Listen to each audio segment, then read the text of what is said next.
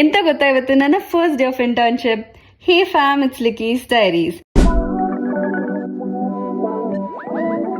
ನಾನಂತೂ internship start ಮಾಡೋಕ್ಕೆ ತುಂಬ ಎಕ್ಸೈಟೆಡ್ ಆ್ಯಂಡ್ ಕ್ಯೂರಿಯಸ್ ಆಗಿದ್ದೆ, ರಿಯಲ್ ಟೈಮ್ ಎಕ್ಸ್ಪೀರಿಯನ್ಸ್ ಮಾಡಬೇಕು ಅಂತ. ಸೊ ನಾನು 40 ಕಿಲೋಮೀಟರ್ಸ್ ಟ್ರಾವೆಲ್ ಮಾಡಿ ಲೊಕೇಶನ್ಗೆ ರೀಚ್ ಆದೆ. ಇವತ್ತು ನನಗೆ ಆಡಿಟಿಂಗ್ ಇದ್ದಿದ್ದು ಕಿಸ್ನಾ ಜ್ಯುವೆಲರಿಯಲ್ಲಿ. ನಂಗಂತೂ ಏನು ಮಾಡಬೇಕು, ಏನು ಕೆಲಸ ಅಂತಲೇ ಗೊತ್ತಿರಲಿಲ್ಲ.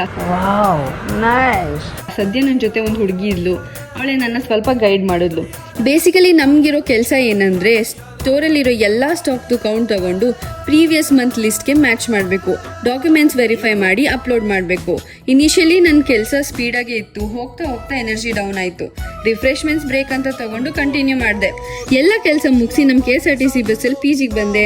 ಬಾಯ್ ಬಾಯ್, ಟಾಟಾ, ಗುಡ್ ಬಾಯ್. ಲೇಟ್ ಆಗಿತ್ತು, PGಲೆಲ್ಲ ಫುಡ್ ಖಾಲಿ ಆಗಿತ್ತು.